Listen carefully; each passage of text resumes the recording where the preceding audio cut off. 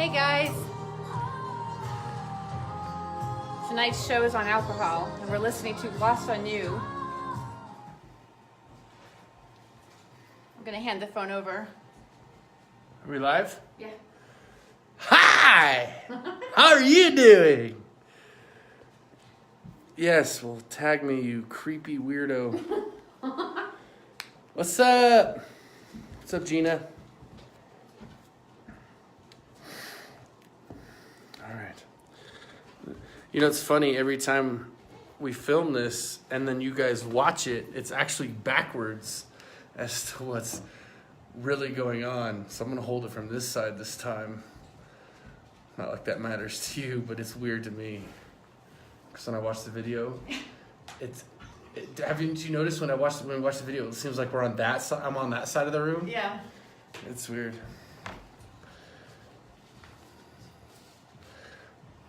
Maury, is that how you say that? Maury Brooks. Oh, wait a minute. I'm turn the lights on. No, we're not anywhere near. It's gonna get dark. It is.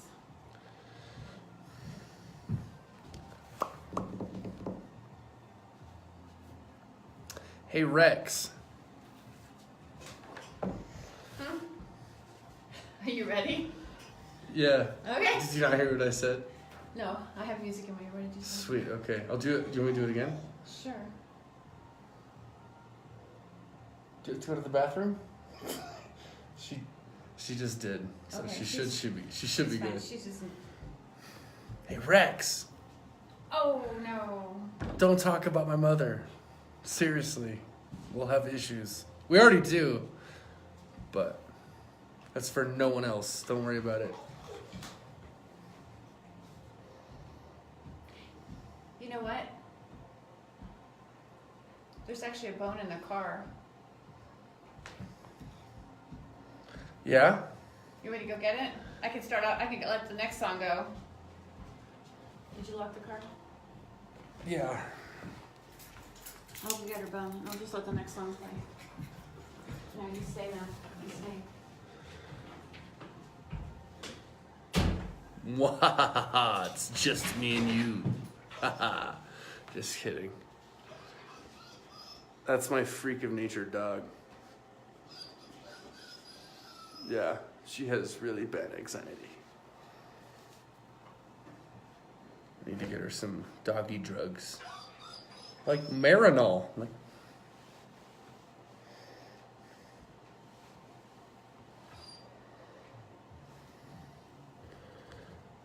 I don't think Matt's watching.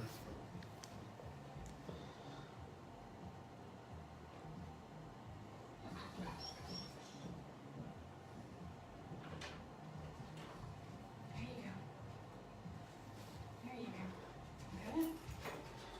Where is she? She's got her bone now, so maybe she'll be chill. Oh, it's just. Oh, we didn't mix too much. So how do you want to start this?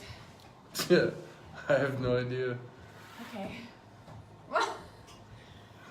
I have a story I thought would be crazy to tell. About. It's a drunken story, so it's funny, but I can keep it Okay. PG Well, 13, yeah, I guess. You gotta keep it PG. I mean, that's just watching my mouth, right? I can still Yeah. tell a story, right? Yeah, totally. Yeah. I mean, I can start off too by talking about just how alcohol is like celebratory and it's it has all the different faces. Now. Yeah, you should start, and then Okay. I will work. Yeah, I'll just go off of it. Okay.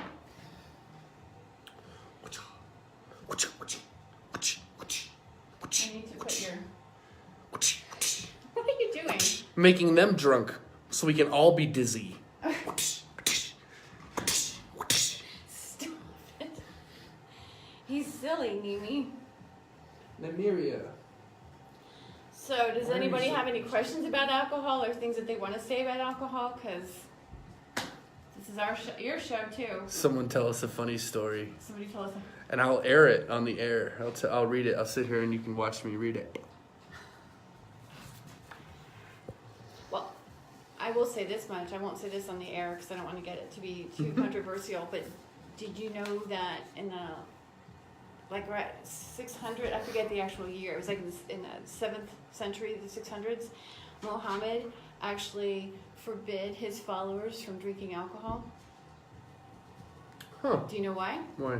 Because Christians were allowed to drink alcohol, and that way he could identify the Christians. Interesting, eh? That was one of the religious uses of Let's alcohol. get real. This is a good song for this. Red wine? I love red wine. Red wine. Mm-hmm. Red wine is good. It's actually, and technically, well, we can talk about it on the radio show, but everything in moderation. So we're back. Here we go.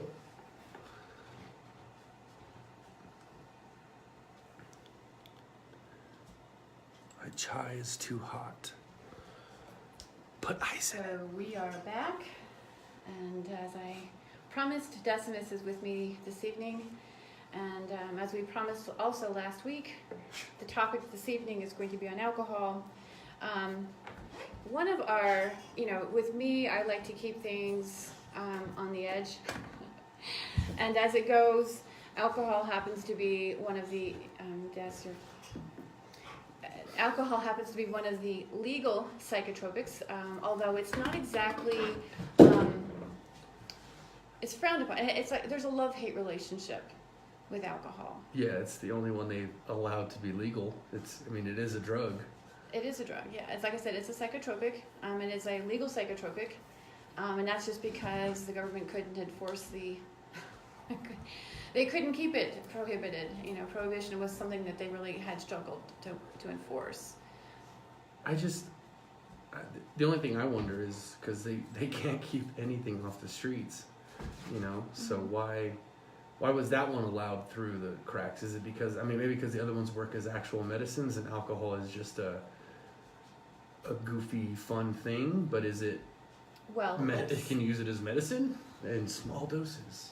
Well, like I say, relieve depression. Well, there you go. Everything in moderation, as my functioning alcoholic father used to say. But the reason I suspect, this is just my suspicion, the reason why it's legal is because there's money to be made on it. That's just the way. But Colorado's proven a thing or two, right? No, actually, well, there's money to be. This is really where it gets kind of sad. There's money to be made in all arenas. Okay, so you've got the manufacturers and the producers of the alcohol. You've got the distributors of the alcohol. And that's not to say that I'm not saying that nobody has the right to make money. But the fact is also, with regards to alcohol, because of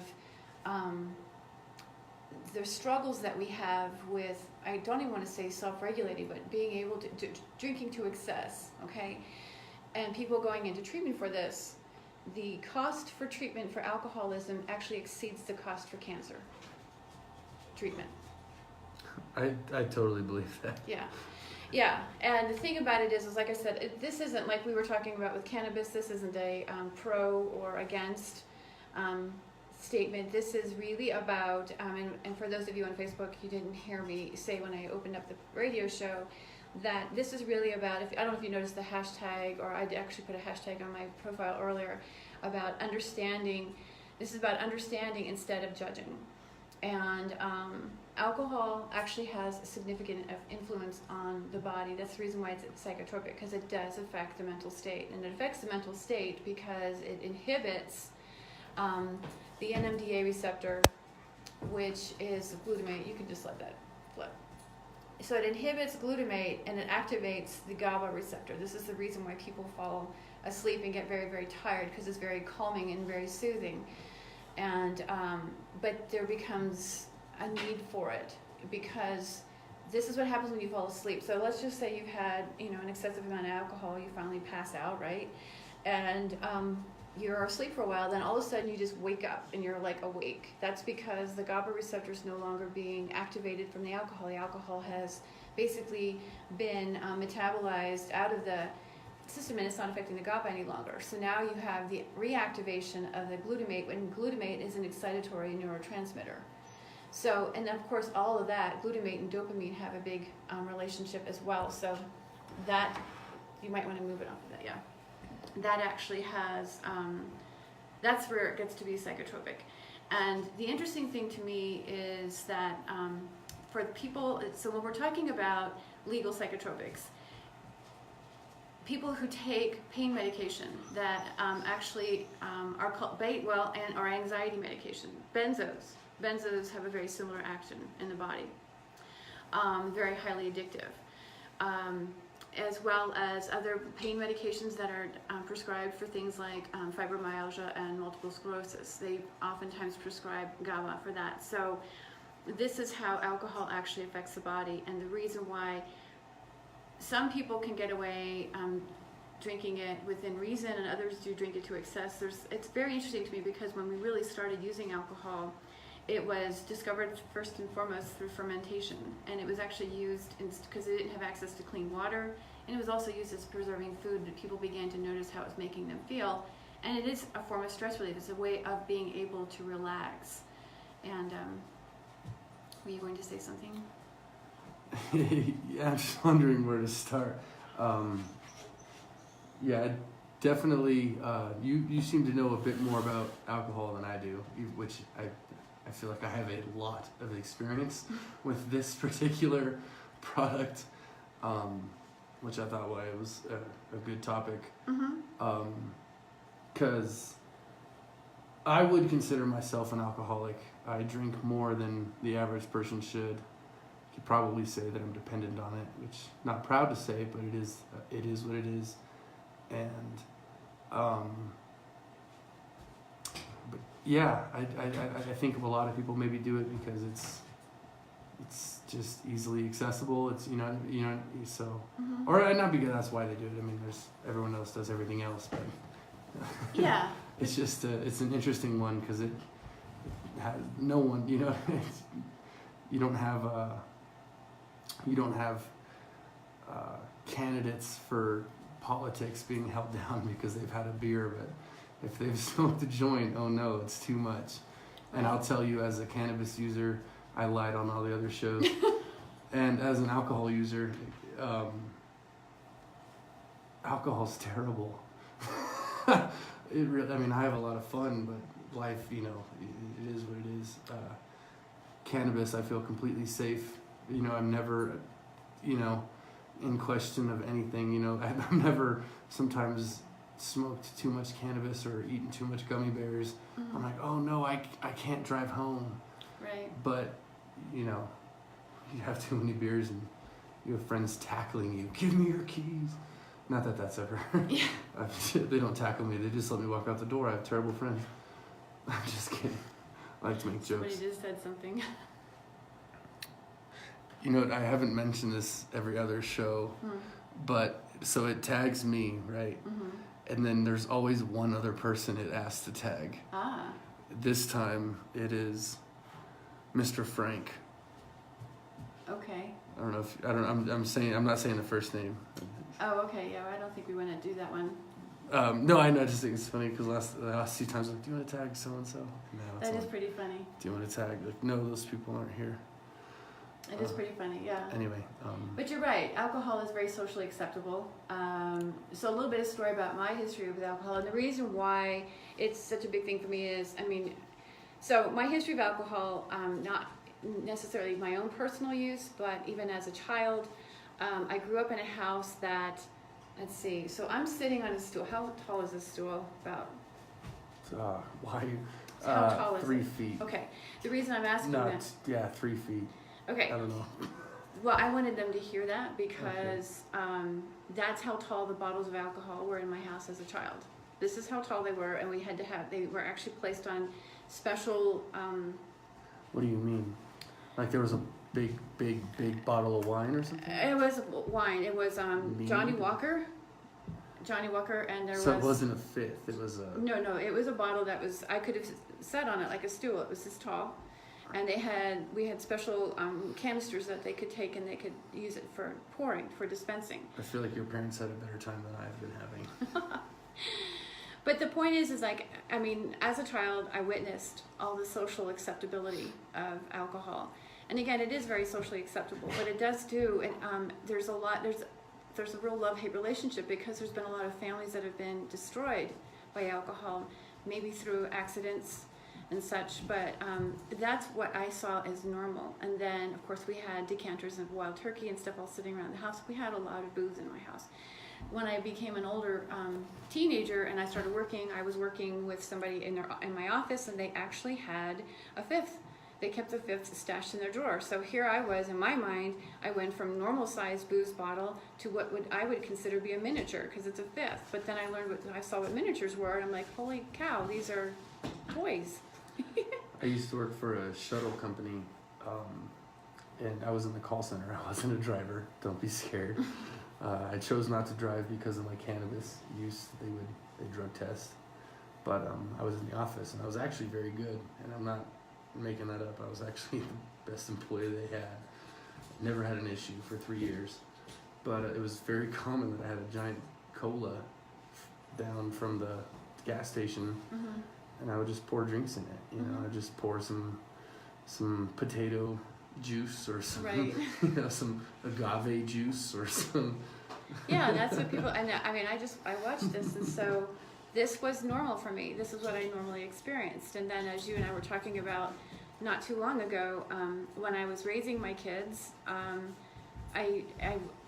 their father and I, we didn't get involved with anything like that. We just basically kept it out of the house. There was no active addiction, so to speak. You had mentioned earlier about not being proud of the fact that you have an issue with alcohol. It's not about being proud. I mean, it's just about understanding that there's something in the system that is now requiring this. No, that's true, but they do say acknowledging you have a problem is the first step to recovery. I disagree. I think that's the second step. The first step is wanting. You know what I mean? Like I'm not. This is a weird part, but I do want to quit drinking. You know, it is, but it's not a super big problem. Like, I do fine at work. I have a good job. It's the actual biggest issue it is with me is financial. You know what I mean? Right. Like, I've had a relationship not work out because of it, but all my other friendships or whatever work out. So other than regret of that one friendship, you know, that one relationship, it's more of a financial issue than anything else. Right. And but it's still a problem, and I would like to you know, work on it. But I just think that people say recognizing the problem is the first key. I'm like, no, I think it's actually wanting to fix the problem is the first key. But I mean, recognizing it is too. You know, maybe they go hand in hand, or but because you can recognize you have a problem. Crackheads know they're crackheads. But they're like, I don't care. Yeah. It's a good time. And that's the way it goes with anything that we talk about when we talk about addiction. And so when I actually took all of my addiction, when I went through all the addiction coursework that I did for addiction treatment, is where I got very involved with understanding all of the different substances that we judge. When you know, we don't look at, you know, people who like to paint, and we don't look at, you know, so we don't look at art, we don't necessarily look at exercise, we don't look at all these different things that people like to do to relieve stress. But when it comes to substances, we're not realizing that this is actually a way of self-medicating. I've been doing a lot of research even on cocaine after our last conversation, and it's very fascinating. I'm not going to go into that right now. But what I learned through the coursework actually became very cathartic for me, because I began to actually heal from what I grew up in, because I didn't realize that I was growing up in a home. So it's not necessarily the substance, it's the resulting behavior. And I think if people can catch your behavior, that's the most damaging part when you're actively involved with something like that. Because I spent half the semesters crying because I was actually coming to terms with what I had been exposed to, what I did get and what I didn't get. And what I realized also was how much that wasn't just about me grieving or healing from my childhood. It was actually realizing how much of that impacted raising you guys, because even though your dad and I weren't actively involved in using anything, our behavior, or at least mine, was reminiscent of, or just the result of, because I had formed my beliefs about myself and my relationship to the world on what I was exposed to. And so that's part of the reason why it's like really understanding, bringing voices to the people who see those who love them, and being able to make decisions that warrant helping somebody, as opposed to getting mad at them and holding them hostage, so to speak, emotionally. Well, I never, as a child, and I think I could speak for all my brothers, I don't think we ever experienced, you or my father, or some of my other brothers' fathers, as being addicts. We never experienced that. You know, we had whatever family goofy issues. We had a pretty awesome and pretty normal home, but you know, everyone fights or whatever and argues. But addiction, I didn't even know about, you know, really any addictions that you guys had in the past or anything before, until I was a teenager or something. Right. You know what I mean? Like as a young kid, none of us even knew. My alcohol use comes from, I'm not blaming it on anybody, but it's, you know, it was hanging out with my friends, and I had some friends that were very against it. The girl that I dated in high school didn't like drinking or smoking, so it was very rare that I got to in that relationship, and that was a long 3-year relationship. But I would every now and again, because I had friends that wanted to party and have a good time, and so I was influenced on that part. And then as soon as we broke up, that's when I started smoking, and then as soon as I turned 21, is actually like, because I would drink with friends, you know, and I would, but it, you know, when you're under 21, you have to, oh man, can you go buy me a bottle or whatever. But then once you're 21, and I'm like I said, you said earlier your dad's a functioning alcoholic. There are two different kinds of alcoholics. There's dysfunctioning alcoholics and there's functioning alcoholics. And there are people that you don't even know that go to work every day with a flask in their pocket and they're drinking. And That's true. They are solid workers and solid employees, and they drive on the road. And I'm not advocating for it. I'm not saying it's a good thing, but there are people that do that. It is a real thing. If you didn't know that, you know that now if you're listening. I'm not talking about myself. I'm talking about a lot of people. It's just a normal thing. If you're looking at addiction, and alcohol being one of the most popular, being the only one that got out of its prohibition. Right. It's, of course, you think there's a politician out there that is an alcoholic? I'm laughing at you. There's so many politicians, almost probably all of them. I can't even imagine. And if they're, whatever, there's so many addictions out there, and alcohol is probably the number one. Absolutely, and I think it's time to have conversations like this, not because we want to judge people for drinking, but because we want to help people begin to open up the conversation about if they want help, how can they get help. You know, there's obviously the 12-step programs, there's also treatment, but then there's the whole concept of moderation, like I said earlier. Yeah. That was one thing I heard about, and it's funny because I was thinking about this the other day when I was out on a hike, and you know, we've heard the saying, absence makes the heart grow fonder, so does abstinence. Yeah, you know, we always talk about in addiction, treatment, whatever you're trying to recover from, there's always the fear of relapse, and that is due to the abstinence. So there are programs out there that do help with moderation and help keep you accountable for your behavior. Not you specifically, but for individuals. No, moderation is a thing that I think a lot of, I don't want to use the word square. Is that Gina? Hi, Gina. Oh no, she's been around for a minute. Your other friend Gina. What's up, Matthew? Moderation. Different Rex. Sorry, radio listeners. Moderation is a thing I think a lot of, I don't want to use the word square, but a lot of squares like laugh at. They're like, oh, you addicts, you just need to stop. And it's like, to be honest, how many people that laugh at potheads or alcoholics are on prescription pills? And they act like they're not addicts. Well, and that was one of the beasts that I had when I was in my coursework, because the thing is they advocate a lot for, and I get it. I mean, there's a lot of medications out there now that actually help to like stop people from drinking, and they've had success. So this again isn't about which is a good treatment or not, but it is just a changeover. I mean, when we were talking about glutamate and GABA earlier, glutamate is also actually very involved with the storage of heavy metals in the brain. So there's a whole purpose to this. And so, and we also see people, I'm just going to say this, people with psoriasis, especially people with diabetes. I see hearts. diabetes. This is all these are all the same genes. And so this is why I'm saying just because someone chooses to drink alcohol doesn't make them a bad person. It means that they're actually doing something instinctively.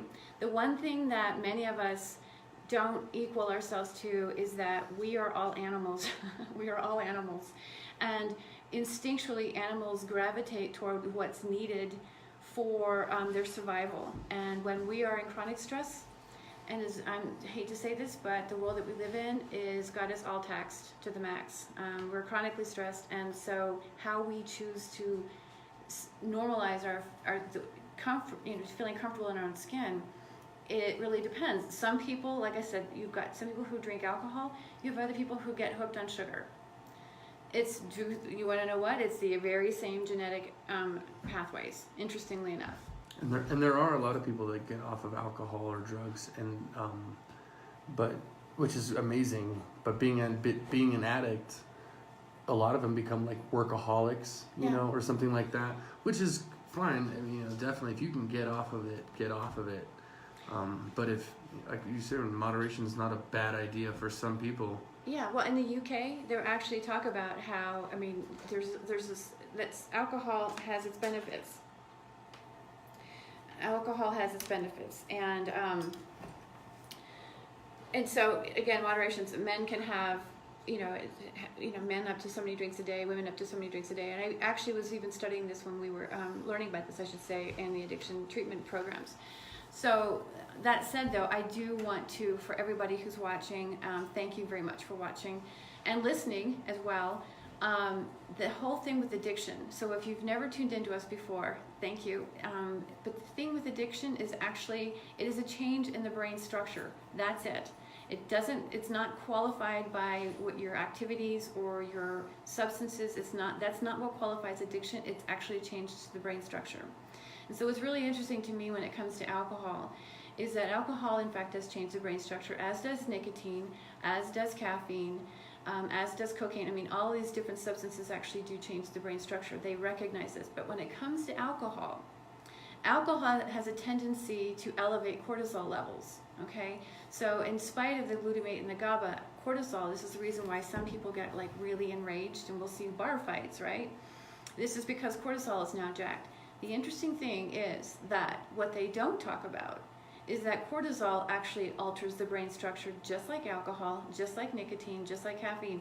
So my question is the brain actually already beginning to be altered prior to ever using anything, and that this using is what's actually helping us feel somewhat comfortable? I guess I wanted to just say comfortable in our own skin. And yes, we do tend to go back and need more and more and more and more, but it's not because we are terrible humans. It's because we're animals trying to feel good, just feel like ourselves, just to feel.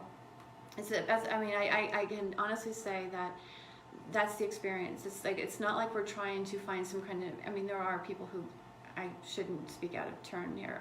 I was going to say just want to be totally tripped out of their mind, but there's that opportunity. But for the most part, those who use on a regular basis, we'll just say Coke or cannabis or alcohol or even nicotine, when you're just using it as a habit, it becomes more of a normalization than anything else.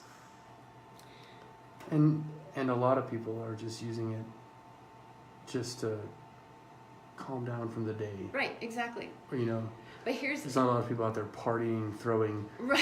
their lawnmowers off their roofs onto their cars to see if the blades will chip away the windshield of their car when they land. Extreme behavior. That sounds like a fun time, though. I might do that this weekend. I turned 30 this weekend. Oh, yeah. I turned 29 you're not this 30. You're 29. 29. Des, turn the camera onto Des. Des turns 29 on the 13th. Oh, my goodness. So, yeah, it's 29 years ago that he entered the world. It was actually Friday the 13th, and it was a full moon when you came into the world. I actually looked it up. It was the day after the full moon. It was a full moon. You lied. It was 29 years ago. You can't remember. I looked it up.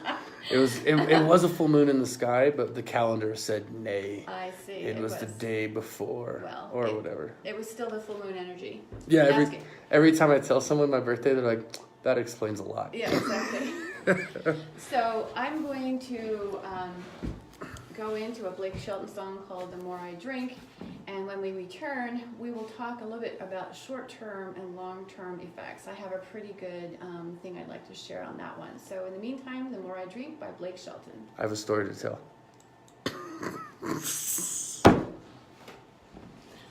Tell your story on Facebook. Okay, you may tell it? You're not on right now. Okay, but if I tell it here and you like it, I might end up telling it twice on here because if the rate. Okay, well then we can wait. Well, no, let's tell it here first at least because it's at least good for here. Mm-hmm. It's a little extreme for the radio. Yeah, let's just go ahead and do My that. stepmom's listening, and she's in the story. She's listening to the. Well, she's not listening, but she might be. Anyway, so should I look at the camera? Yes. How old was I? I was 22 or 23 years old, and I was working as a raft guide at Santa Fe Raft Company. They're now out of business. And that day I wasn't raft guiding. I was just driving the vans. We were up in, we go up in Taos and drive to the top, drop everyone off, drive to the bottom, pick them up, drive them top again. So we're driving all day, and I'm just kind of in a van, backing up, loading up boats, and that's it. And we get back to the boatyard, and we got back kind of early, like end of the day it was about 4 o'clock, I guess, usual, but we got there about 2. So I'm cleaning off all the boats and cleaning off all the wet gear, and they're big drinkers, so we start drinking in the boatyard. They had like an 18 rack or 30 rack or something of Tecate, if I'm allowed to advertise. I'm not. That's crap beer. The reason they drink Tecate is because it's not, that water is not taken from the Rio Grande, which I think like other beer companies do, like Coors or something. Anyway, so that's why they drink Tecate, because it's not because it's good beer, it's because it doesn't take from the river we're rafting on. And I'm convinced, I could be wrong, but I only had like 6 or 8 beers, which is not a lot for me. And I was basically blackout drunk. My dad and my stepmom came to pick me up from work, and I didn't have a ride, and I was like, hey, can you give me a ride home? And they said, yeah. And they didn't tell me until they got there, because they didn't know I was shit-faced drunk, that we're going to a 1-year-old's birthday party. And I was gone. I was really gone, more gone than I intended.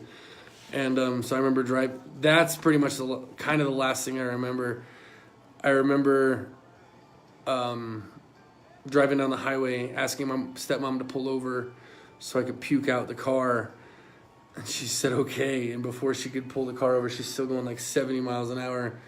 I opened the door and puked, and she was like freaking out because they're on the highway, and I was puking out the car door. And like closed the door and was done before she could pull over. I remember that. And then the next thing I remember was waking up on a toilet with my pants around my ankles, like I was on the toilet going to the bathroom, but I wasn't going to the bathroom. I was just dry heaving, drooling into my underwear, and terrible. It's funny to me, and it's funny to you, but it's also fucking terrible, and probably why you shouldn't drink on an excess. And I had no idea where I was. I knew where I was, but I didn't know. I hadn't seen any part of the house. And so what had happened is we had gotten to the party, and apparently I'd walked from the car to inside the house and just sat on the couch and was asleep. And there's 2 kids, little kids right in front of me playing, and I don't remember any of this. I was told this by my father. And I projectile vomited all over right next to the children, and all the parents started freaking out because they thought I was sick and their kids were going to get something. And my dad was like, oh, no, he's just drunk. And all the parents were like, oh, thank God. They were happy that their kids are going to get sick. So they walked me to the bathroom, and I don't know if I pull my pants down or they pull my pants down. I have a feeling I did, but my pants were down, I had to go. And toilet bowl was clean. My pants were not, but I had to, not bad. I vomited all over the kids, Oh my gosh. not my underwear. Not really on the kids, not really. But yeah, that's one of my most drunk. I have a lot of them actually, but that's a good one. And I was about 23 at that time. And oh my God, was my stepmom angry. Oh my Lord, that drive home was so awkward. I felt so bad too. I was like, I honestly didn't mean to get that drunk. I had 6 or 8 beers. I remember being like 6, but it was nothing for me. Like, I had 6 beers before I came to the studio today within a 30-minute span. It's nothing. Maybe these guys are like, hey, you seem wasted. Well, I mean, that explains. I mean, 6 beers then is different than 6 beers now. That's because true. your body's got used 6 to it. years ago. But people have been talking. Addiction isn't a disease. Who said that? Our brother Matt. It's not a disease. Matthew, why do you say addiction's not a disease? Change in the brain structure. It is qualified as a disease. It's qualified as a disease. I mean, obesity is considered as a disease, right? Mm-hmm. I mean, that's an addiction to food, so I guess, yeah. Like, anything.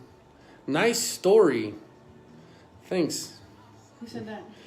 That was Matt, and then my friend Dana said, we need more drunk death stories.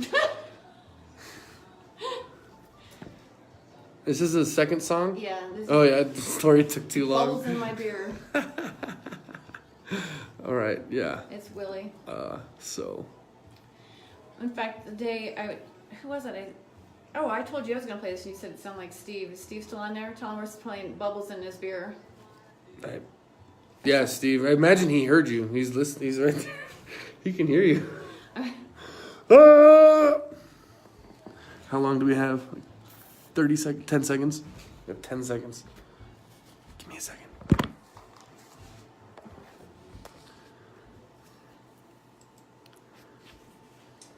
Okay, we are back. That last song was Bubbles in My Beer, being sung by Willie Nelson. However, I believe the first version of that song was actually written by Bob Wills, written and sang by Bob Wills. So Willie brought a little... Bob Willie Nelson? No, Bob Wills. Bob Wills Nelson? No. Bob Willie's his Nelson? Yeah, just keep on telling yourself that. I picked Willie's version because Willie was a little bit more upbeat, because the song itself is kind of sad.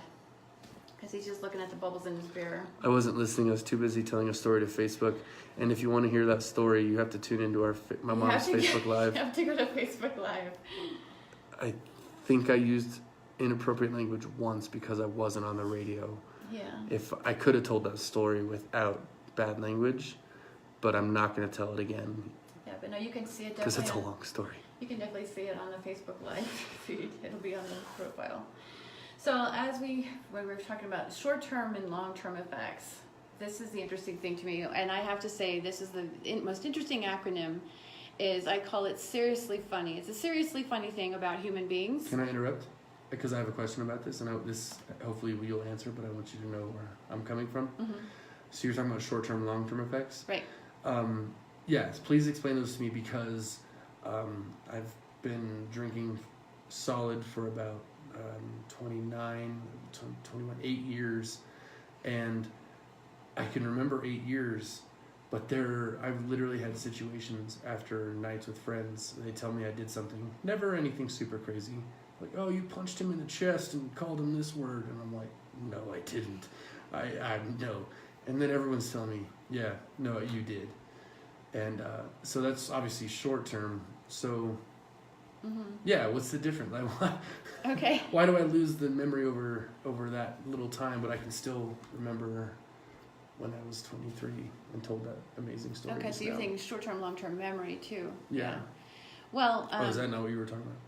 Yeah, not really memory as much as the effects, the whole system effect. So like. Got you. Okay. Like I said, so that's the reason why I find humans seriously funny, because we prefer the short-term effects. I can't tell you how many times I've talked with people, and I've done talks where I tell people, I point out long-term effects of this, that, or the other, and everybody just wants to blank it out, because all they care about is what's going to happen right now.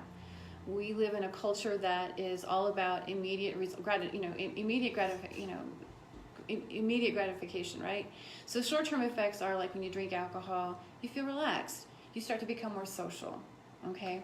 In fact, that's the reason why I played that Blake Shelton song, because he's in a bar and they're making fun of some guy, but the guy starts to tell him, I can't, if I have just one, I have to have 13.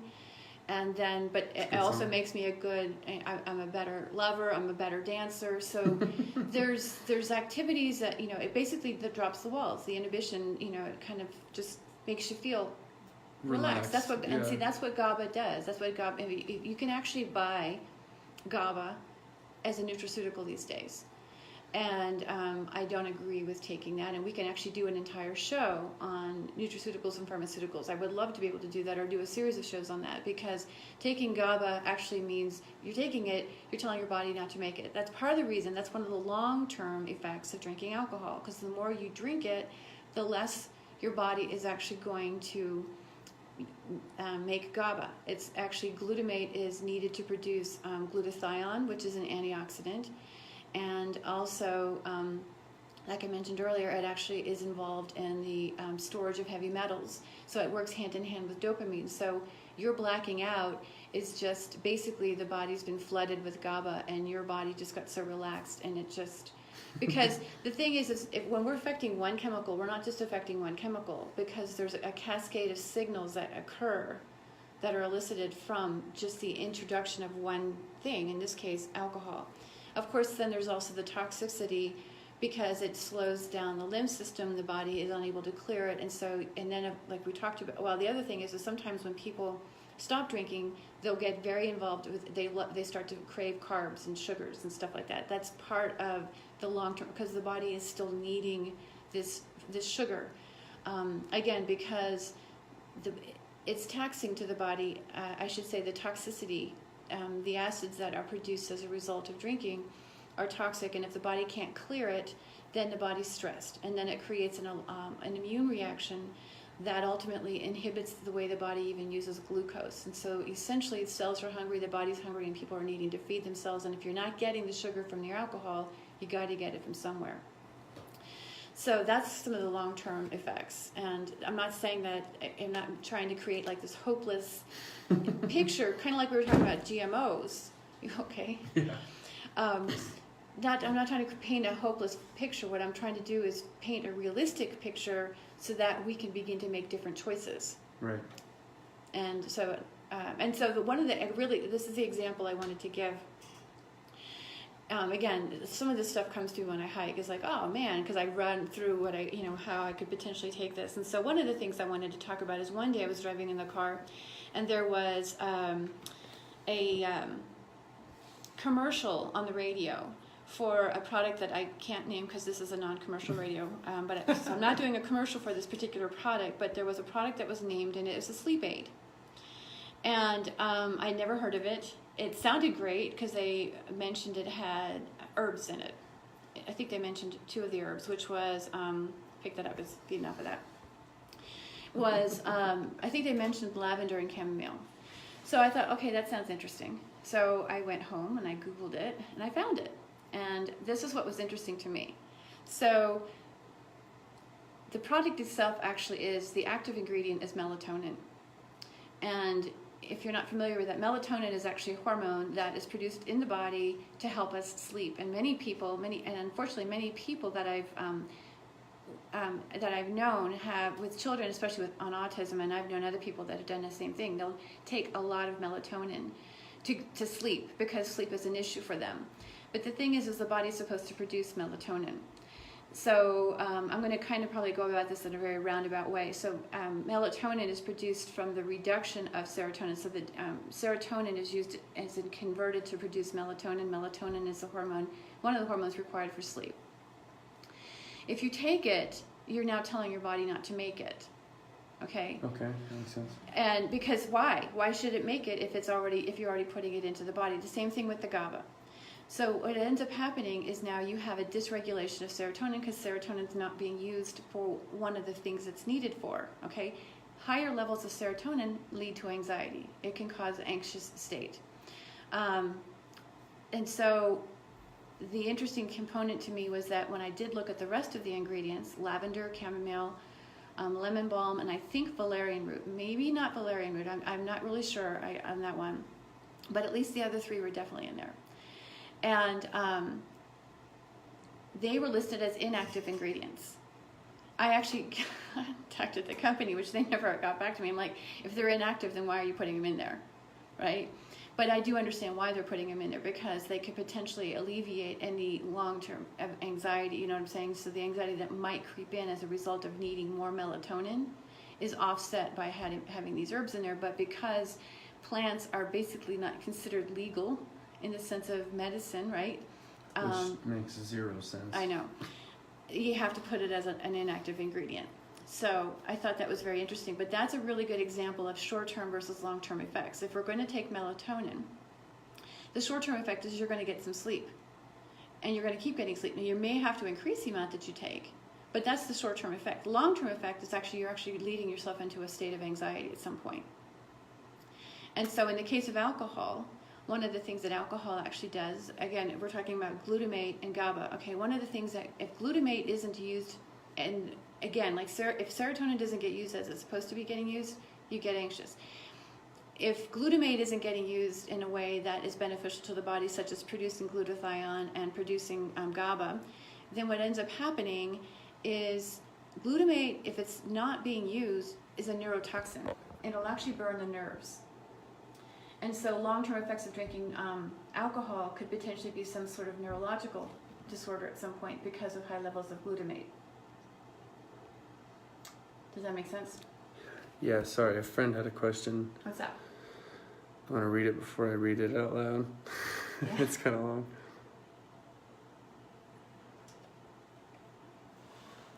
Des is reading.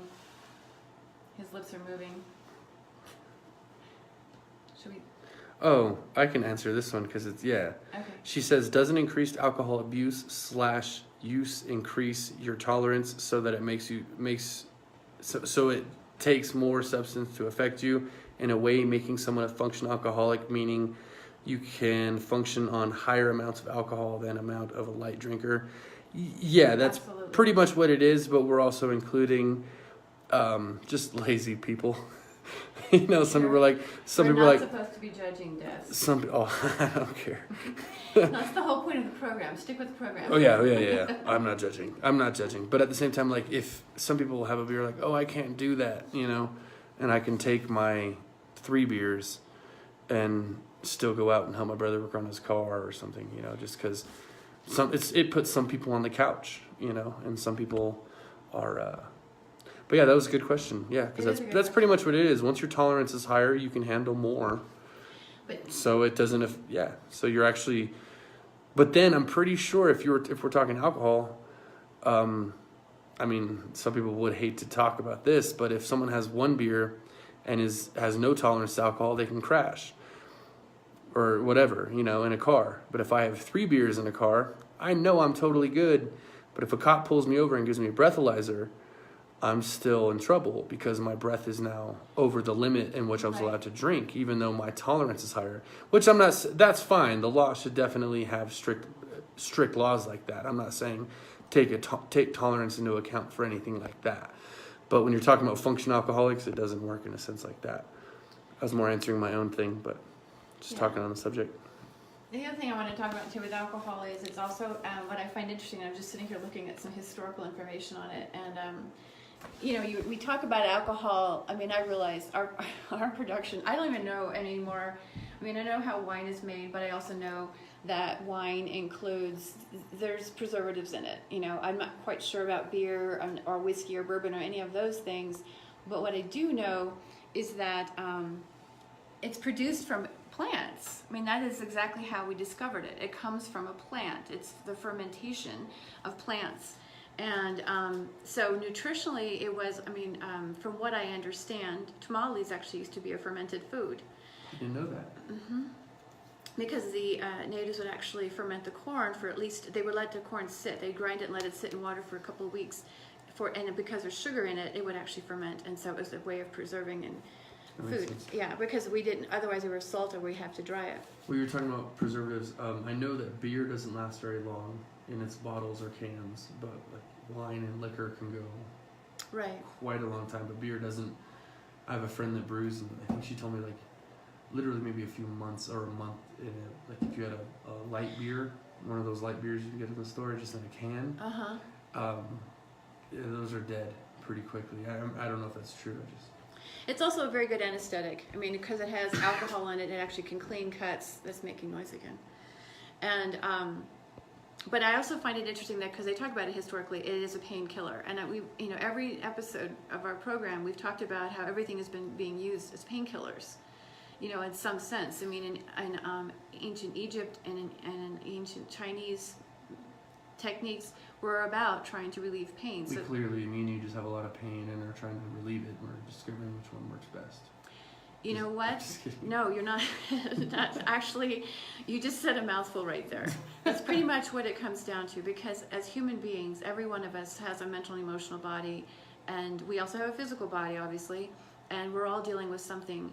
And it's not about coming out and talking about it necessarily all the time, but sometimes we just want to stop the pain somehow, and sometimes pain interferes with our sleep, and so it is coming down to stuff like that, and learning how to, I mean, and again, when you've got people who have such a high tolerance to, in this case, alcohol, trying to figure out another way takes some effort, because like we were talking about long-term effects, we have to be mindful of, you know, what is our intention.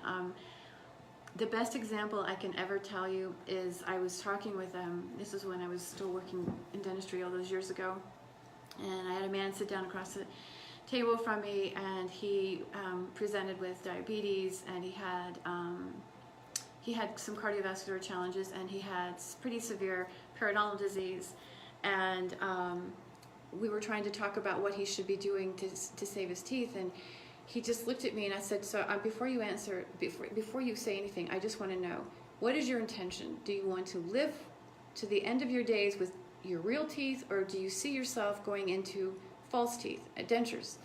Because if you don't see yourself keeping these teeth, then there's no sense in having this conversation. So it's all about choice, is really what it comes down to. And I completely respect anybody and their choice. And I do, when I see people, whether they're struggling or people who are, and even those who have gone dry and who have cleaned up, you know, I applaud them. You know, there's a lot of respect for them, because that took a lot for them to stand up and do that. So I have respect for everyone. It's just a matter of seeing through a different set of eyes, like I said, and really understanding that we're all in this together. And when it all comes down to it, I think we have each other's backs pretty much. Yeah, I mean, some people, you know, everyone's got their circles. So yeah, your circle has. I don't have your back if you're not in my circle, but I'm just kidding. No judgment here. We're all friends.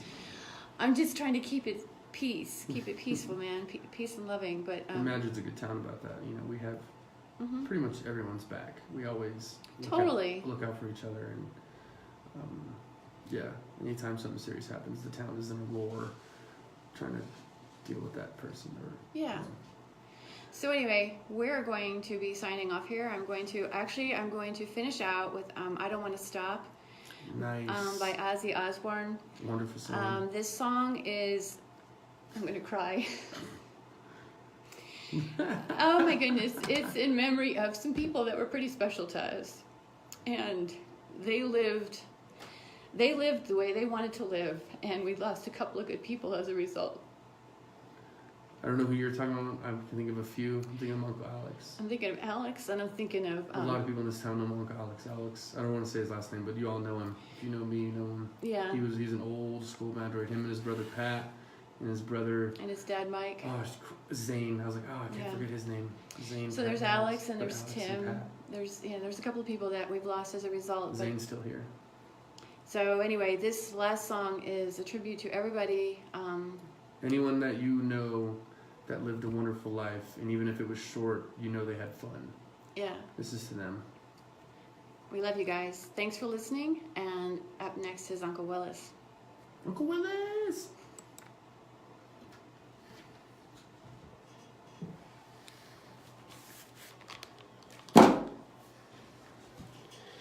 Did you finally chill out in that area? She was freaking out.